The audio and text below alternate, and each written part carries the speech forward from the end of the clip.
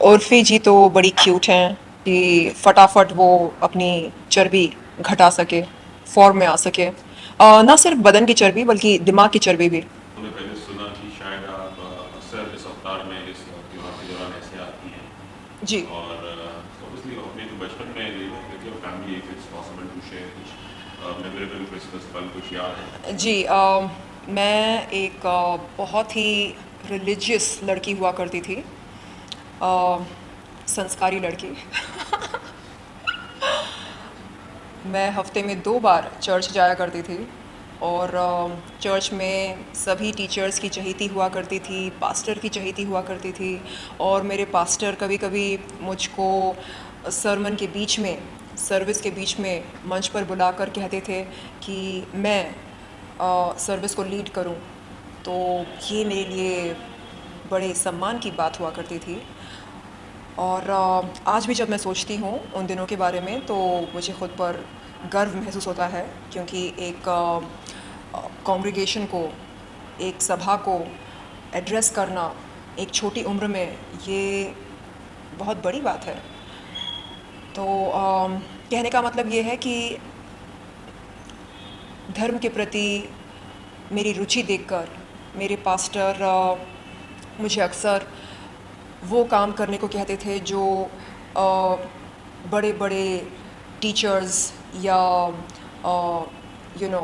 Pastors करते हैं, ख़ास तौर पर चर्च में सर्विस के दौरान बाइबल से वर्स पढ़ना, उसके बाद उस वर्स का मतलब समझाना और अपनी असल ज़िंदगी में उस वर्स को हम कैसे लागू कर सकते हैं उसके बारे में बताना, बातचीत करना। ये सारे काम मुझको सौंपे जाते थे और मैं बखूबी ये सब करती थी। तो क्रिसमस जब जब आता है तब वो सारी यादें मेरी ताज़ा हो जाती हैं। मुझे एहसास होता है कि मैं कितनी कितनी धार्मिक हुआ करती थी, कितनी संस्कारी हुआ करती थी और ऐसा नहीं है कि आज नहीं हूँ, आज भी हूँ लेकिन और ऐसा नहीं है कि आज नहीं हूँ, आज भी हूँ लेकिन आज मैं कई धर्मों में विश्वास रखती हूँ। जैसे अम, क्योंकि मेरी माँ मुसलमान है इसलिए मैं अ, इस्लाम के प्रति अ, श्रद्धा भावना रखती हूँ।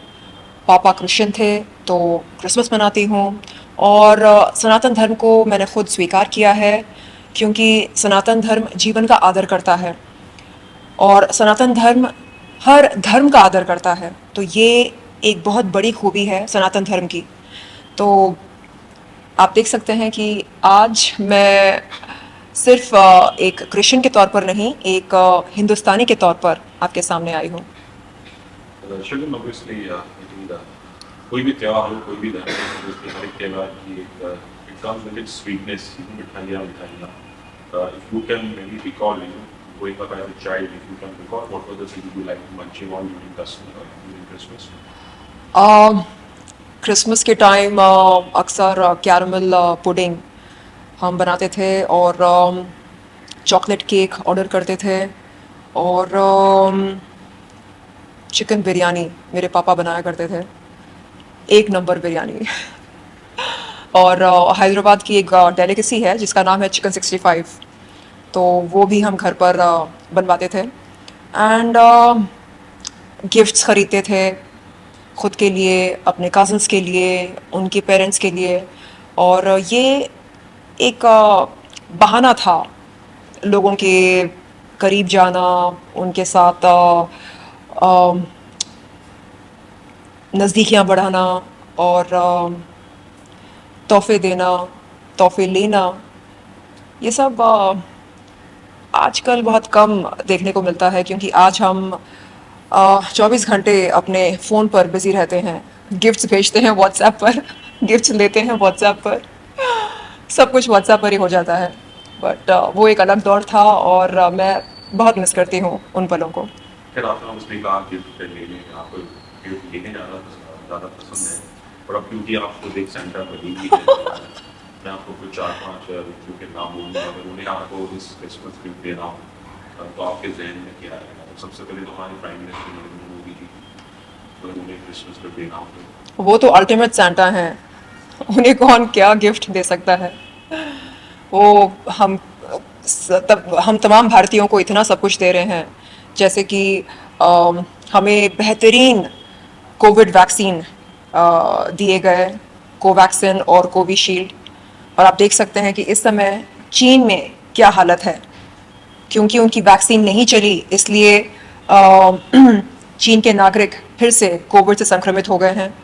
और हमें देखिए, हम बगैर मास्क के, बगैर किसी संक्रमण के आराम से खुलेआम घूम रहे हैं। तो यही हमारे लिए सबसे बड़ा गिफ्ट है कि हम अपने त्योहारों को खुलेआम मना रहे हैं, और बगैर किसी झिझक के, बगैर किसी डर के।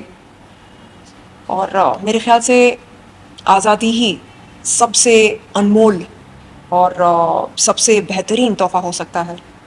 कि मोदी जी के मित्र राहुल गांधी जी के कुछ में गिफ्ट देना चाहेंगे? हाँ, वो जो सोफ़ा होता है, जो एक मसाज चेयर भी होता है, यू नो, वो मैं उनको देना चाहूँगी, क्योंकि बेचारे बहुत थक गए होंगे 3000 किलोमीटर से भी ज़्यादा पद यात्रा करते करते वक्त।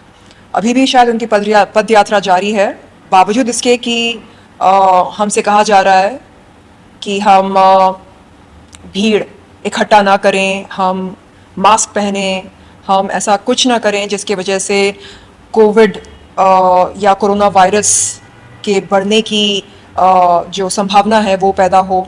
लेकिन फिर भी वो पद यात्रा पर जारी हैं। तो मैं चाहूँगी कि उनके लिए एक मसाज चेयर ख़रीद कर उन्हें गिफ्ट के तौर पर दूं, ताकि वो आराम से बैठ सकें, अपने बदन के हर पुर्जे को वो मसाज दे सकें। अगर सेलिब्रिटीज की बात करें तो रणवीर सिंह को आप क्या गिफ्ट देना चाहेंगे? और रणबीर सिंह को क्या गिफ्ट दूं मैं? अम, कपड़े तो उनके पास विचित्र हैं, अ, कपड़ों की उन्हें कोई ज़रूरत नहीं है, वैसे भी आजकल पहनते बहुत कम है। शेविंग किट देना चाहूँगी। अब ये मत पूछिए क्यों। फिर अगर आपको बाबा रामदेव को अगर कोई गिफ्ट देना हो क्रिसमस का, तो क्या हो? आम, बाबा रामदेव जी के पास क्या नहीं है, एक से बढ़कर एक चीज़ें हैं उनके पास। मेरे ख्याल से मैं बाबा रामदेव जी को एक बार पैंट सूट में देखना चाहूँगी। हाँ, मेरे ख्याल से बहुत गज़ब लगेंगे वो। तो भगवा रंग का पैंट सूट देना चाहूँगी मैं। फिर आपकी करीबी मित्र राखी सावंत, करीबी मित्र किस एंगल से?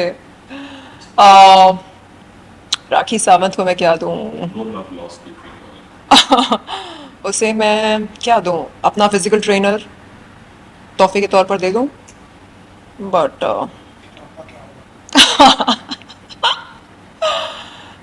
या कोई डाइट चार्ट बना कर दूं उसे, ताकि फटाफट वो अपनी चर्बी घटा सके, फॉर्म में आ सके। ना सिर्फ बदन की चर्बी बल्कि दिमाग की चर्बी भी। ऑब्वियसली एक और आपके जैसे एक और प्रसिद्ध social media star Urfi Javed उन्हें कुछ गिफ्ट करना चाहेंगी? फिलहाल काफी दुबई में मुसीबत में थी बेचारी। अच्छा, उर्फी जी तो बड़ी क्यूट हैं। उन्हें क्या गिफ्ट दिया जाए? वो बहुत ही क्रिएटिव हैं, अतरंगी लिबास पहनती हैं और अच्छे से कैरी भी कर लेती हैं, क्योंकि खूबसूरत हैं और ग्रेसफुल हैं। उन्हें क्या दूं मैं? उम, प्यार की पप्पी झप्पी। और अगर आपको हम उसके आपको गिफ्ट देना पसंद है, लेकिन अगर आप खुद को कुछ गिफ्ट करना चाहें इस किस्मत में, वो क्या हो सकता है? वो can be the best gift for मैं खुद को क्या गिफ्ट देना चाहूँगी? टिकट। यू?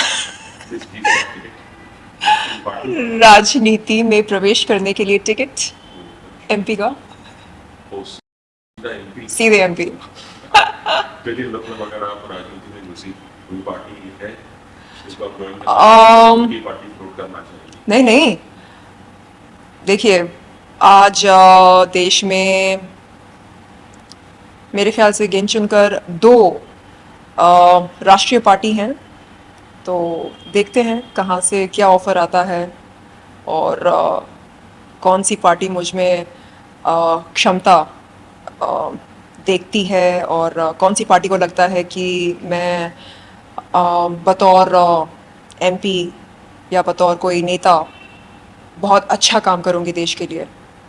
मैं इंतज़ार कर रही हूँ।